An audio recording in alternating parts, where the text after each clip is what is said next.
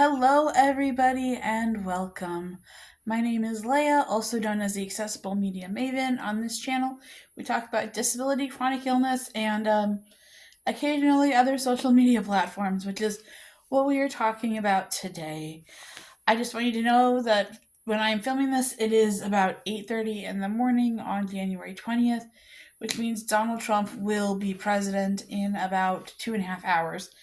So it is possible that all of this video changes and that TikTok gets banned again. However, I wanted to make this video as kind of an ode to TikTok. It really should have gone up on yesterday when I'm filming this, so on the 19th.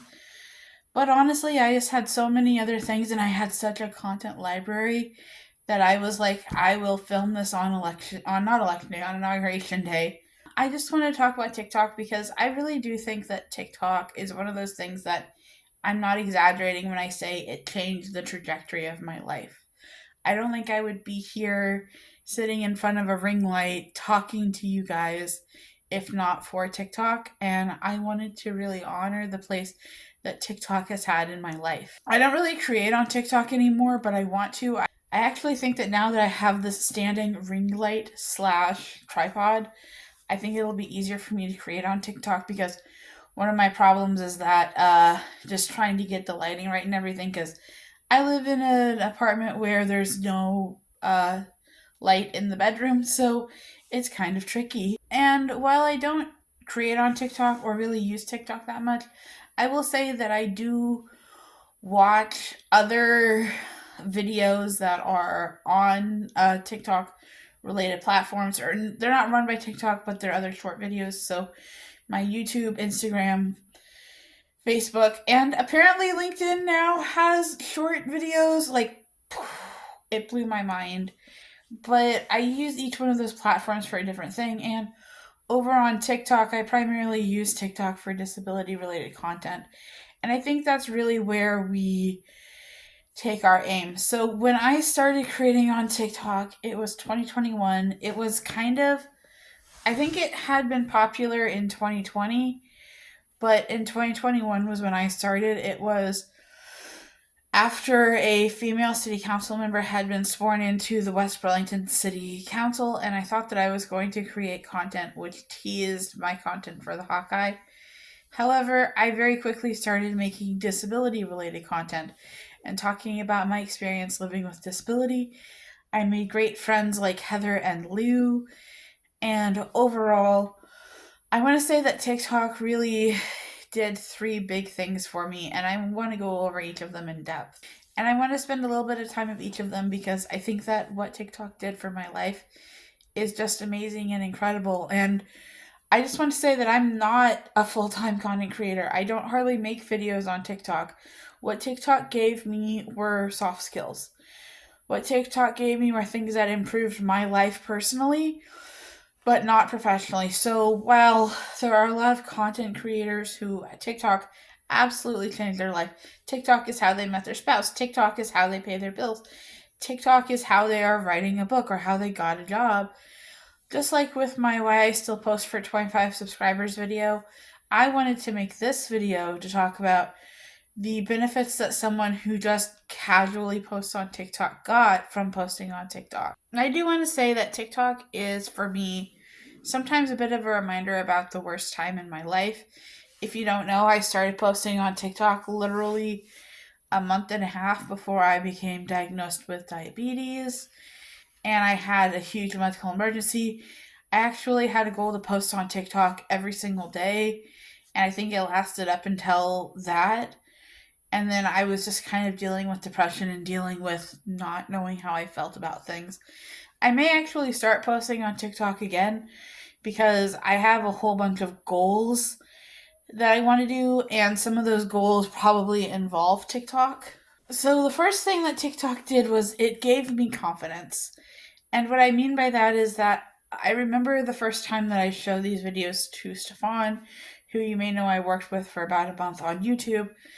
And he told me that he was surprised because, unlike many of his clients, I actually am relatively comfortable in front of the camera.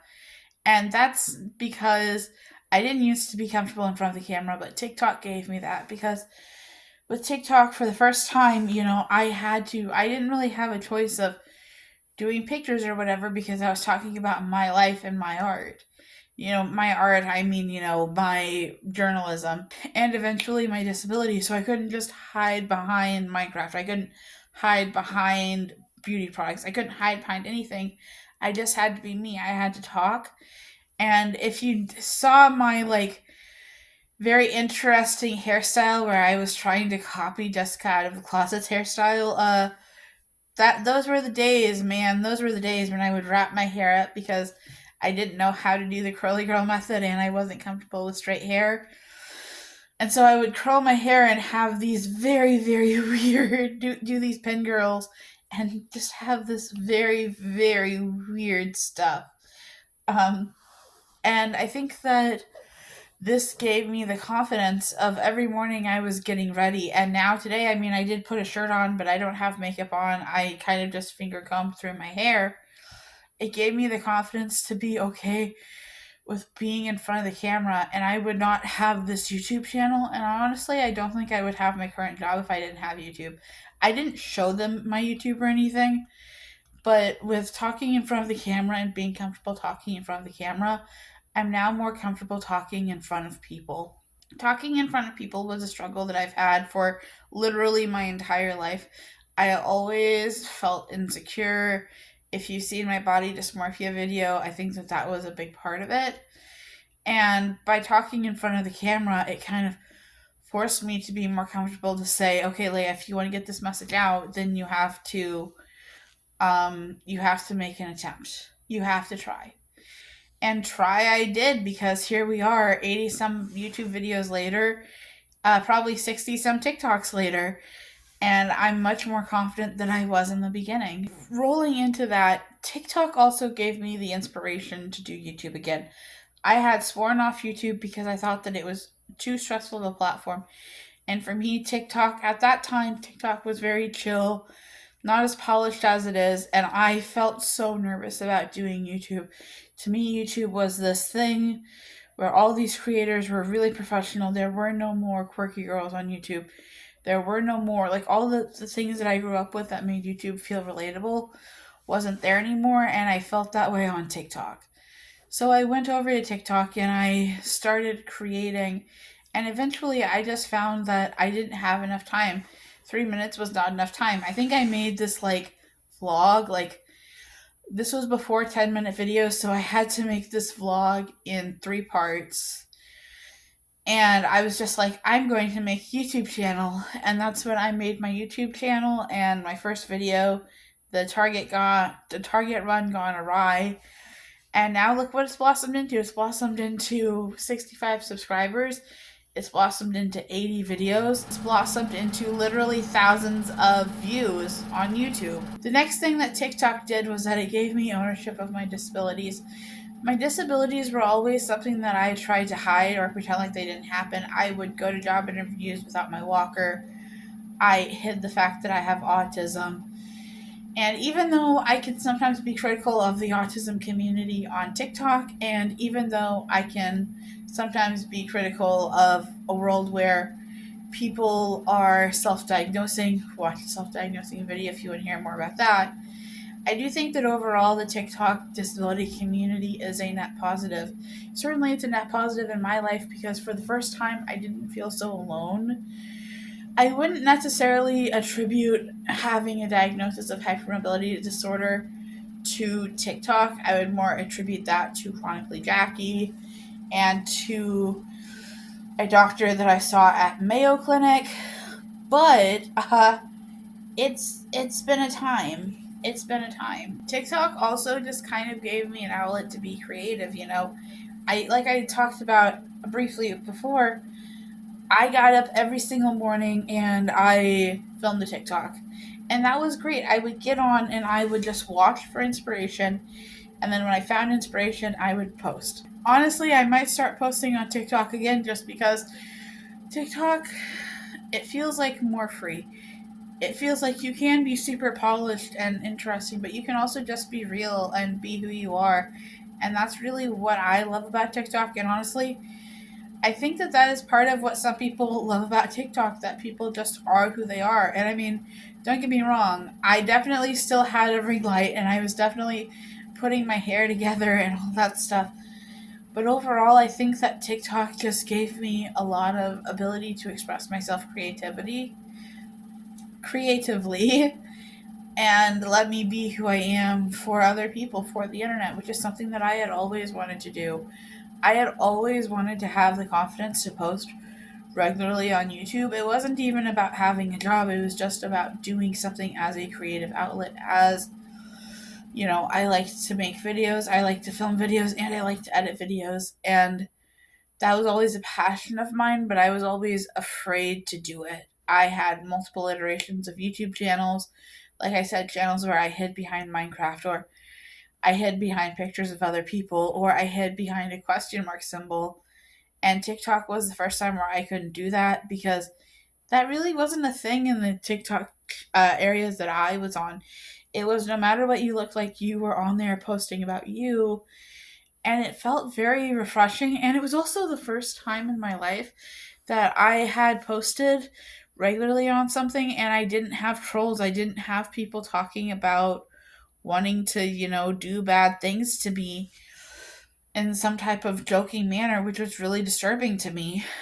Finally, and I don't know how many this has been, I've kind of jumbled them all up. TikTok really gave me the opportunity to stop being ashamed of my autism. If you don't know, and I might make an entire separate video about this, I was diagnosed with autism when I was 17. My mom took me to the KU Children's Center, and they were pretty confident that I had autism. And I felt so ashamed of it. I didn't want to tell anybody. I didn't want to use accommodations.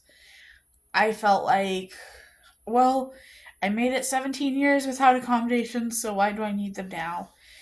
And it's hard to explain that level of lack of confidence to someone who doesn't have autism. But autism was so severely stigmatized when I was 17, and that was 10 years ago. It was, little boys who played video games and screamed when you took their games away to do something important. It was girls who couldn't talk or only played Uno. And for me, it felt so frustrating because I didn't see a wide spectrum of autistic people. I didn't see autistic people like me, and like I wanted to have a job, I wanted to have a career, I wanted to get married, I wanted to have a family. Yes, I realized that I said job and career twice, but that is because that's how important it was to me, and it always was to me. I've put my career ahead of family, and now at 27 years old, trying to figure out what it means to put family in front of career.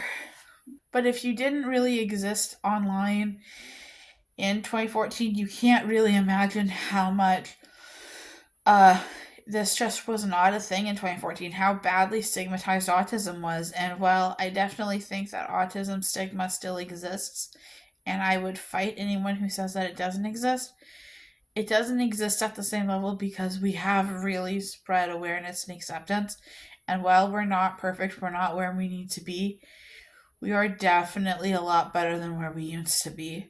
So, as of filming this video, the morning of January 19th, TikTok is back.